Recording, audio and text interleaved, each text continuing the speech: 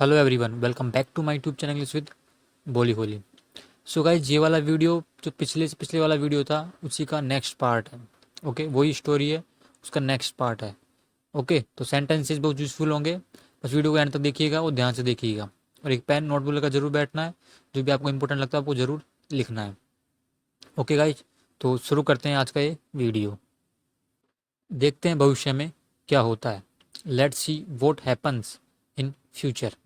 Let's see मतलब देखते हैं। ओके, लेट्स सी मतलब देखते हैं, बोलते हैं लेट्स गो, चलो चलते हैं। लेट्स सी मतलब चलो देखते हैं। व्हाट हैपन्स मतलब क्या होता है। इन फ्यूचर मतलब भविष्य में या आगे वाले समय में। ओके, तो let's see what happens in future, देखते हैं भविष्य में क्या होता है। उसके बाद लड़का अपने माता पिता के साथ चला गया। After that boy left with his parents. After that मतलब के बाद, उसके बाद। बॉय लेफ्ट मतलब लीव मतलब निकलना, चला जाना। ठीक है, चला गया, सेकंड फॉर्म में लेफ्ट। विद हिज पेरेंट्स अपने माता पिता के साथ, अपने माता पिता के साथ चला गया। After that boy left with his parents. Okay, तो उसके बाद लड़का अपने माता पिता के साथ चला गया। अब देखिए, अभी लड़का वापस आता है। ठीक है, पिछली बार मैंने आपसे सफल होने के कुछ तरीके पूछे थे। ओके, तो वापस आता है अपने दादाजी के पास में। फिर क्वेश्चन करता है कि पिछली बार मतलब लास्ट टाइम, पिछली बार last time I asked you, मैंने आपसे पूछे थे, मैंने आपसे पूछा था। सम वेज कुछ तरीके। ओके, कुछ तरीके टू बी सक्सेसफुल, सफल होने के। ओके, तो last time I asked you some ways to be successful, पिछली बार मैंने आपसे सफल होने के कुछ तरीके पूछे थे। ओके, तो इसमें कुछ दिक्कत। लास्ट टाइम मतलब पिछली बार, आई आस्क्ड यू मैंने आपसे पूछे थे, सम वेज कुछ तरीके। ओके, सम वेज मतलब कुछ तरीके, कुछ रास्ते। टू बी सक्सेसफुल, सफल होने के। लेकिन आपने मुझे कुछ नहीं बताया। बट लेकिन, you didn't tell me anything. Did not verb की first form. Okay, you did not tell me, आपने मुझे नहीं बताया। एनीथिंग मतलब कुछ भी। सो आपने मुझे कुछ भी नहीं बताया। You didn't tell me anything. Okay, you didn't tell me anything, आपने मुझे कुछ नहीं बताया। अब देखिए ग्रैंडपा क्या बोलता है। लेकिन पहले हम उन पौधों को देखते हैं जिनको हमने कुछ साल पहले खरीदा था।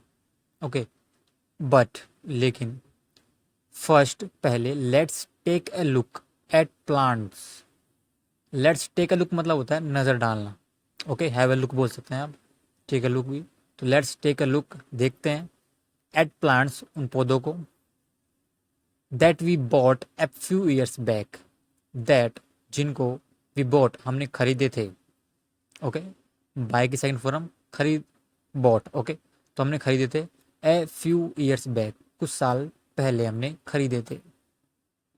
ओके, तो first, but first let's take a look, नजर डालते हैं। एट प्लांट्स, लुक एट के, लुक के बाद में एट लगता है। ठीक है, look at plants. Okay, that we bought a few years back, जो हमने कुछ साल पहले खरीदे थे। Got it. दादाजी लड़के को उस स्थान पर ले गए जहां उन्होंने गमले में छोटा सा पौधा लगाया था। Grandfather took the boy. Take मतलब लेना भी होता है, ले जाना भी होता है। सेकंड फॉर्म टुक, तो ग्रैंडफादर टुक द बॉय, लड़के को ले गए। अ प्लेस, एक स्थान पर। कौन सा स्थान है, वेयर, जहां। ही had planted, he had planted. Okay, plant का मतलब मैंने बताया था आपको, पौधा भी होता है। और एज ए वर्ब मतलब पौधा लगाना, भूमि में पौधा लगाना। तो he had planted a small plant in a pot. Where he had, उन्होंने पौधा लगाया था। ए स्मॉल प्लांट मतलब छोटा पौधा। इन ए पॉट, कहाँ लगाया, इन ए पॉट मतलब गमले में। उन्होंने देखा कि पौधा पेड़ में बदल गया था। दे सो, दे सो। ठीक है, दे सो उन्होंने देखा। दैट की, द प्लांट मतलब पौधा। हैड टर्न इनटू मतलब बदल गया, टर्न इनटू। तो ये थर्ड फॉर्म लग गई क्योंकि हेड के साथ थर्ड फॉर्म आएगी। टर्न इनटू ए ट्री, पेड़ में बदल गया था। They saw that the plant had turn into a tree, उन्होंने देखा कि पौधा पेड़ में बदल गया था। They saw that the plant had turn into a tree. फिर वो उस लड़के को वो पौधा दिखाने ले गए जो उन्होंने बाहर लगाया था। ओके, दो जगह पौधों को प्लांट किया था, एक इनसाइड एक आउटसाइड, घर के अंदर एक बाहर। देन फिर ही टुक द बॉय, वह लड़के को ले गए, टू लुक एट, दिखाने के लिए, द प्लांट, कौन सा प्लांट, विच, जो, दे हैड प्लांटेड आउटसाइड, जो उन्होंने बाहर लगाया था। ओके, तो then he took the boy to look at the plant which जो या जिसे, दे हैड प्लांटेड, उन्होंने लगाया था, आउटसाइड मतलब बाहर की ओर। ओके, तो सिंपल सेंटेंसेस में भी, then he took the boy to look at the plant which they had planted outside. वहाँ उन्होंने देखा कि बाहर बहुत बड़ा पेड़ है। देयर, वहाँ, देयर, दे सो, वही दे सो, उन्होंने देखा, दैट की ए ह्यूज ट्री, ह्यूज मतलब बहुत बड़ा, विशाल, tree outside. Okay, there they saw that a huge tree outside, वहाँ उन्होंने देखा कि बाहर बहुत बड़ा पेड़ है। ओके, सेंटेंस में समझना है आपको, दे सॉ, उन्होंने देखा, सी की सेकंड फॉर्म होती है सॉ, मतलब देखा, सी मतलब देखना, सॉ सीन, दैट है ह्यूज मतलब विशाल बड़ा, ट्री आउटसाइड। इसकी शाखाएं दूर और विस्तृत फैली हुई है। It's branches spread far and wide, it's branches मतलब इसकी शाखाएं, ओके, पेड़ की, इट्स ब्रांचेज, ठीक है, इसकी शाखाएं, स्प्रेड मतलब फैली है, फार एंड वाइड मतलब दूर विस्तृत, दूर दूर तक फैली हुई, ओके, बड़ी बड़ी, तो its branches spread far and wide.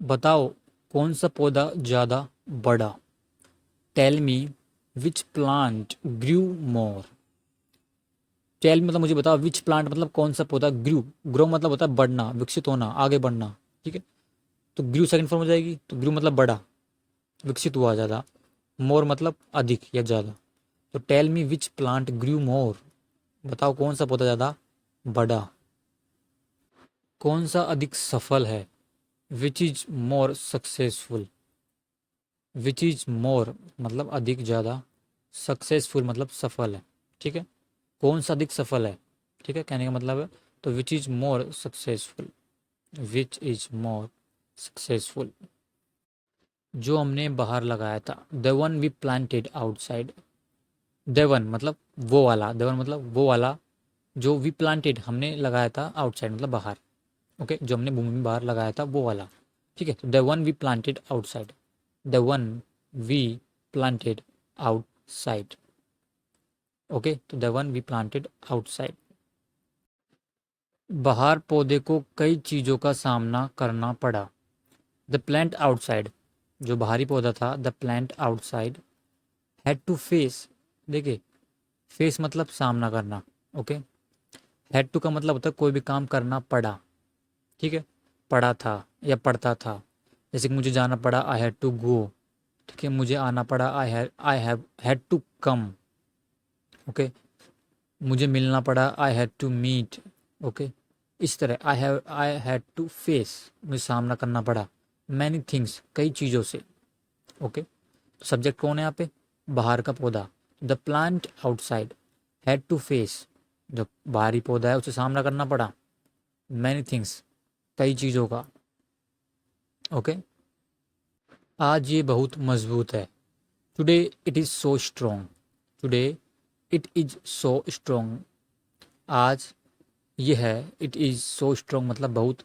मजबूत है, बहुत शक्तिशाली है, ओके, बेटा जो मैं तुम्हें बताने वाला हूँ, son, son, what I am about to tell you, what I am about to tell you मतलब जो मैं तुम्हें बताने वाला हूँ या जो तुम्हें बताने जा रहा हूँ, ठीक है, तो अबाउट टू का मतलब आप देखिए एक तरह से बताने वाला मतलब करने वाला हूँ कोई भी काम, जी I am about to go, मैं जाने वाला हूँ, I am about to leave, मैं निकलने वाला हूँ, ओके, तो son, what I am about to tell you, जो मैं तुम्हें बताने वाला हूँ, ठीक है, वॉट का मतलब हो गया यहाँ पे जो, I am about to tell you मैं तुम्हें बताने वाला हूँ, हमेशा इसे याद रखना, always remember it, always remember मतलब याद रखना, ठीक है, तो ऑलवेज रिमेंबर इट, इसे हमेशा याद रखना, ओके, तो ऑलवेज रिमेंबर इट।